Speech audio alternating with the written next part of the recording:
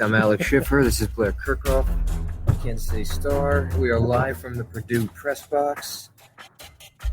We were not expecting that when we talked on Tuesday. No, we were expecting a win. Yes, that's true. We got the first part right. Yeah. And when it was 27-10 in the we were in good shape for our quarter, predictions. Yeah. I was starting to write, and I'm sure you were getting leads in your mind about how to frame this game.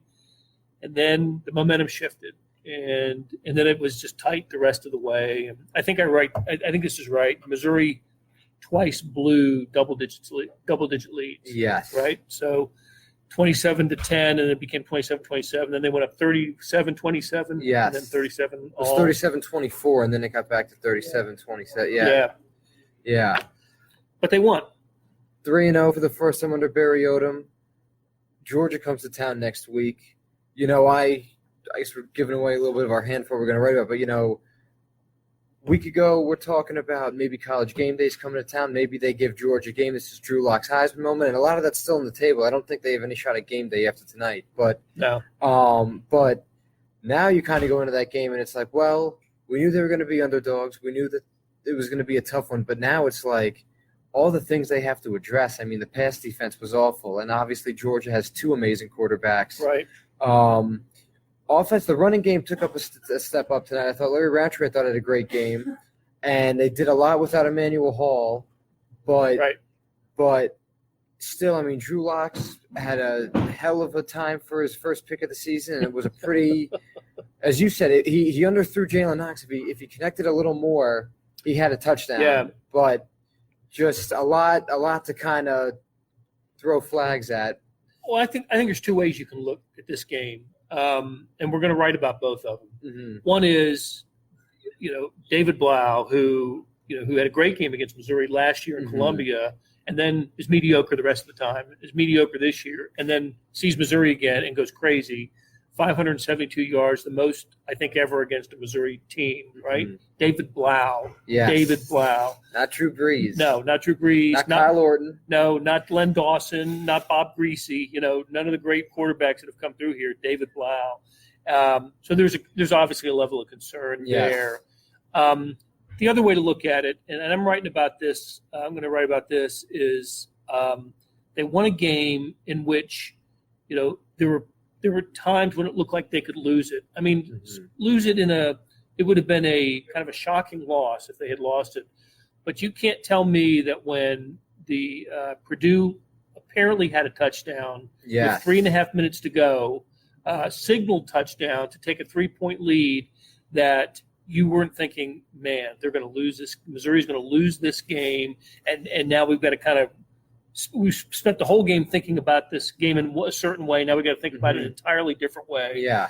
But the call gets overturned, and they kick the field goal to tie the game instead of go ahead. And then Drew Lock takes them down the field, and they go 75 yards or just a shade less than 75 yards to kick the game-winning field goal. That to me showed some resolve and some resiliency and some determination.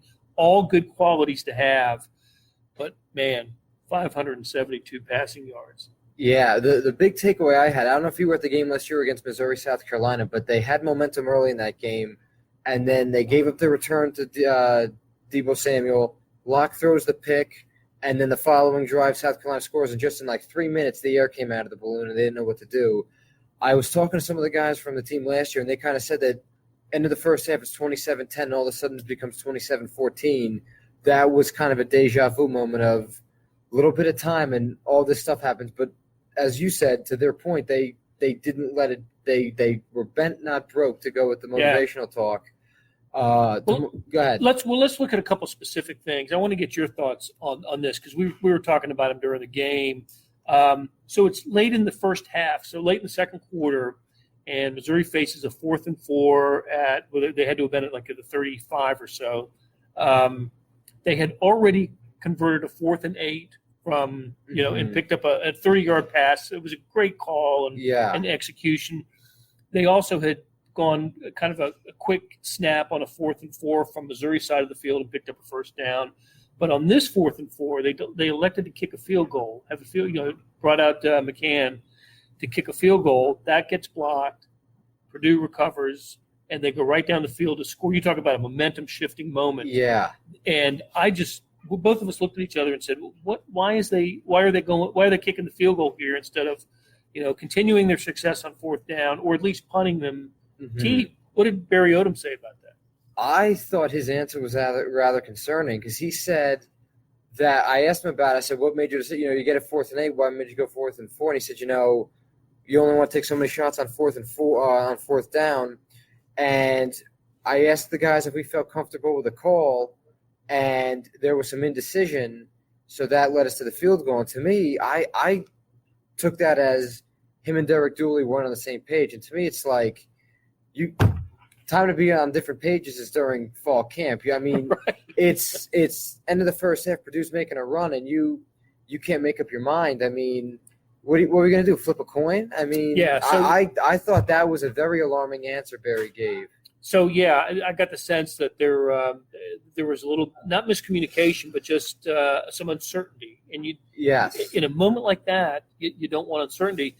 And, my thought was either go for it, get stopped, or punt it. This was the worst of the options. A 50-yard field goal. He's got a good leg, but I'm not feeling good about that attempt right there. I'm just not. And it turns out snap was a little high. The whole thing was off kilter, gets blocked, and quickly Purdue goes down and scores just before half, and that changed the whole thing. At that point, to me, the game was a toss-up. Yeah, with that, I thought their angel of death moment was the deflected pass off Cam Hilton for the 74-yard completion. Talk about that. It reminded me of the Auburn play against Georgia from 2000 and was the year they won it with Jameis Winston. So that would have been 13, I want to say. It was 13 because they went to the national championship game because they had a series of plays like that. And then they had the kick 6. Yeah, so that just reminded me of, wow, you know what? If they're having plays like that happen for them, then something bad. Angels are on their side. Yes, yeah. So that was the pass defense in general was awful. I mean, I felt bad for Terry Peach. DeMarcus Hasty has an amazing play on the first. I thought that was, you talk about signs. I thought, all right, it's going to be like our predictions were going to come true, that it was going to be a good night for the offense and a good night for the defense. He goes down. I give credit to David Blau on this because we were saying how he wasn't this amazing quarterback. He knew Terry Peach was a redshirt freshman, and he picked on him that whole drive. That whole opening drive, he just threw to the guy Terry Peach was covering. Right. And, I mean, DeMarcus Hasty's going through concussion protocol. If you're Barry Odom, you need him back against Georgia. It is a growing moment for Peach, but it shows, quoting Barry, how little the margin for error is. The difference between their first string and their second string cornerback was an opening series that took them all the way downfield, essentially. Right. And this was a secondary also that produced an interception early in the game, right? Purdue tried some trickeration, and it was just a reverse, and then handoff reverse, back to the quarterback. It was a bad play, poorly executed. Missouri was too much going on in it. Yeah, you're right. Too much going on. It just seemed muddled from the start.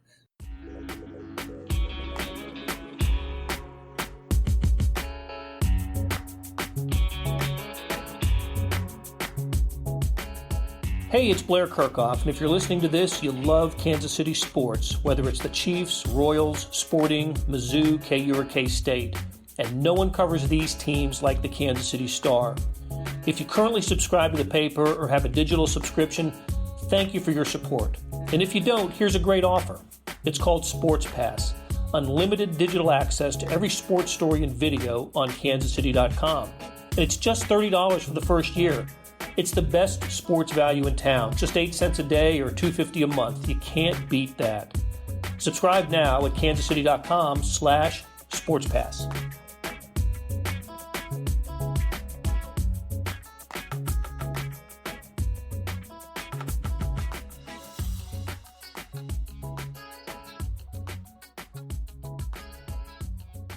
But how about Missouri's turnover? You mentioned it right at the outset. What a bad time for Drew Lock's first interception of the season. Oh, my gosh. I can't remember. They were leading. They were up by 3. Yeah, 37-34, right? Yes, and this would have put it away. And I remember turning to you and saying, man, they need to have a 2-score lead here. And they need something out of their quarterback. Yes, this was the time for him to become the Heisman candidate, the first-round draft pick, all that stuff. And I thought he had the right idea. He scrambled and Who was it? Jalen Knox. It was Jalen Knox. He was trying to lead Jalen Knox. Right, and actually motioned to him to break, and he just underthrew it. Didn't put enough air under it. Yeah. Got picked. And that was the drive that led to the game-tying field goal. Yeah, we had talked about the run game being a thing. The thing that stunned me, you bring back Damari Crockett and Larry Roundtree, and on that last series, you're giving the ball to true freshman Tyler Beatty. And to his credit, I mean, I'm going to pull up the stats real quick. He had a nice game. He had 61 yards, right? And then to me, the play that kind of saved them was that little toss Drew gave them that pretty much when Drew was being spun around, and basically sees, and I think Johnson was open that we all saw in the press box that apparently Locke didn't see, but Beatty just happened to be in a sort of a safety valve position, wide open. And what did that play go for? I don't know, 15 yards. Yeah, or something? 20. I think it was 20. Yeah, but yeah, 20. I think when Missouri converted that play, I thought they're going to score here. Yeah, that and Emmanuel Hall kind of being the unsung hero. He had the 25-yard catch. He's the one I thought he was going to have a great day just because Purdue didn't see him last year. He had one play he got in last year, and that was it. He got a shoulder dinged up.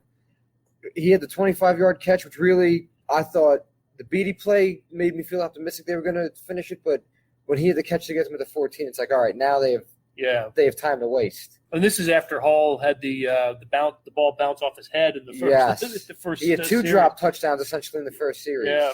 How about that? So now they go ahead to Georgia. Interesting week for Derek Dooley. His son's a walk-on receiver for Georgia.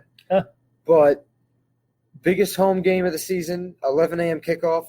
They're 3-0, so I still think it'll be a pretty good atmosphere and everything for Missouri. I talked to Jim Sturck, the athletic director, after the game. He said it was just a few hundred tickets away from being a sellout before. This will put it over the top.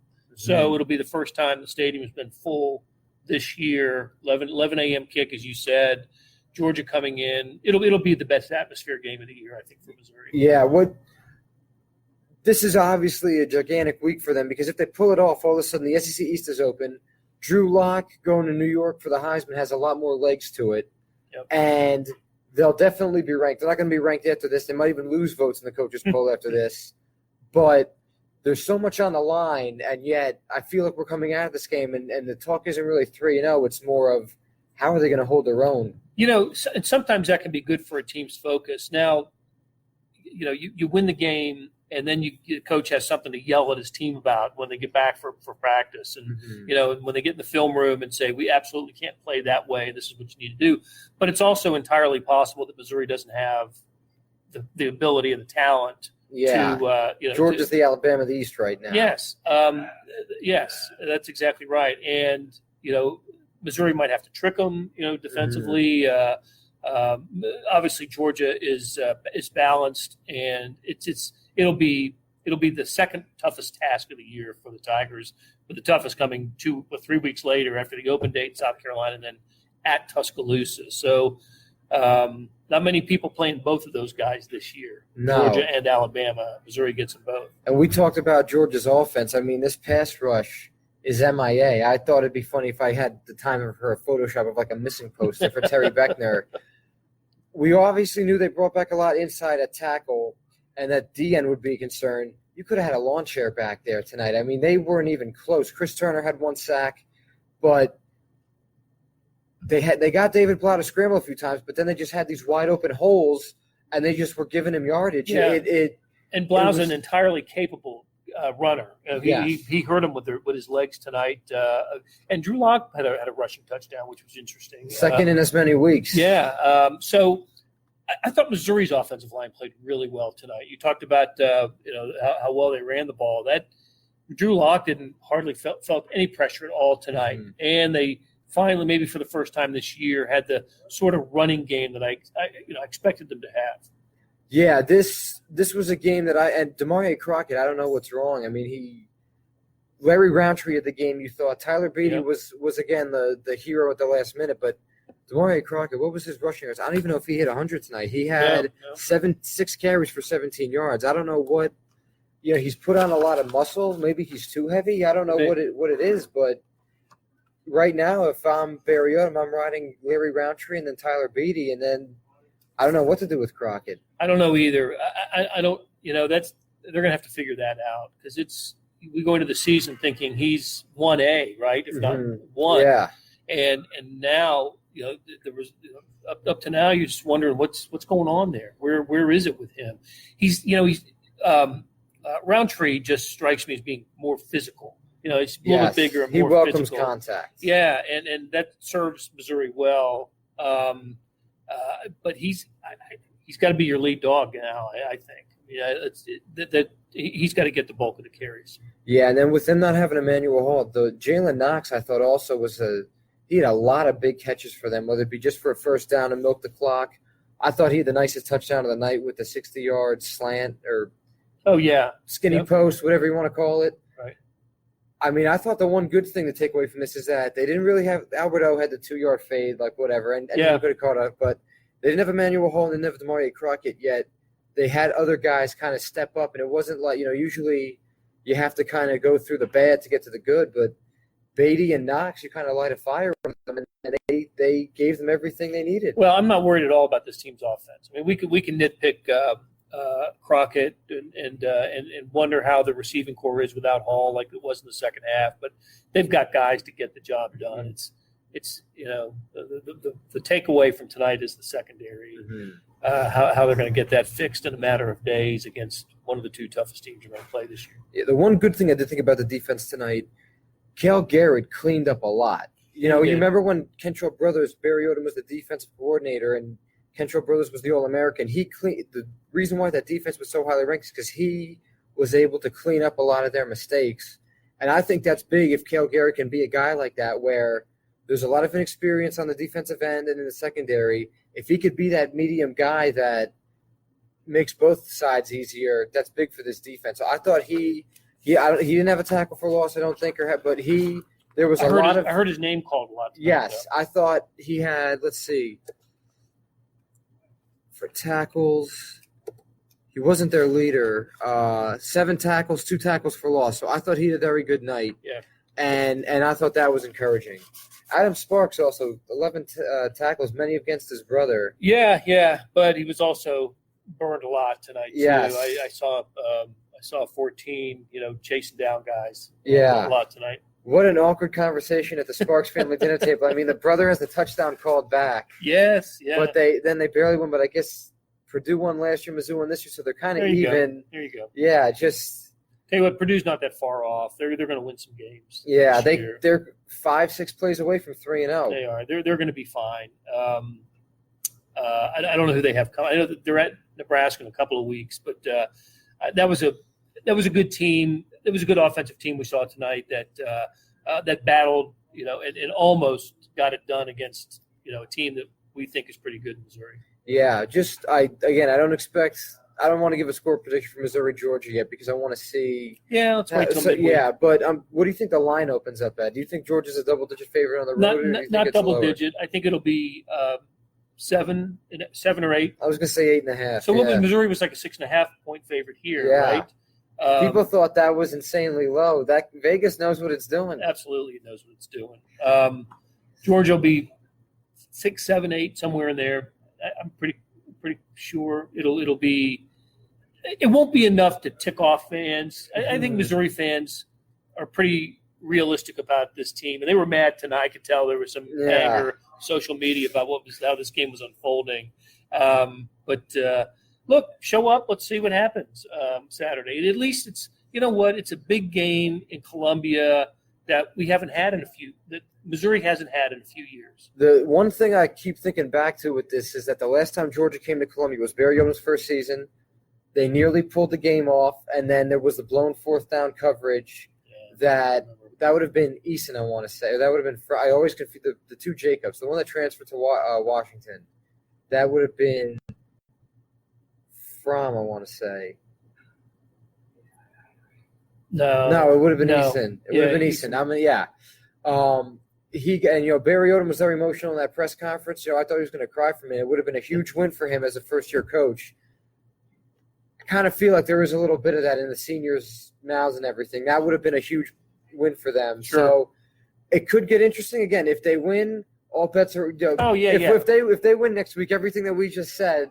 It's either got amazing. Well, if they win that week, that means they would have played much better defensively. Yes, I agree. They had to score 40 tonight to win. to me, the defense against Georgia has to hold them to 35 or under if they want any shot. Fair. And that's fair. I don't think I can pick a number lower because I don't expect them to hold it. I feel like 30 is really pushing it. So right. I think 35 is the number. If they can keep Georgia around 35, they'd have a real shot at it. If they gets in the 40s, I don't think Missouri can get into a shootout with them. Not with the defense. Georgia will be looking at a lot of Purdue film this week just to see see how they attack Missouri. So. Yeah. We can wrap this up. Awesome. We're going to get to running. Thank you for joining us, and I'll have somebody here next week with me after Georgia, probably Vahe. Hopefully Vahe.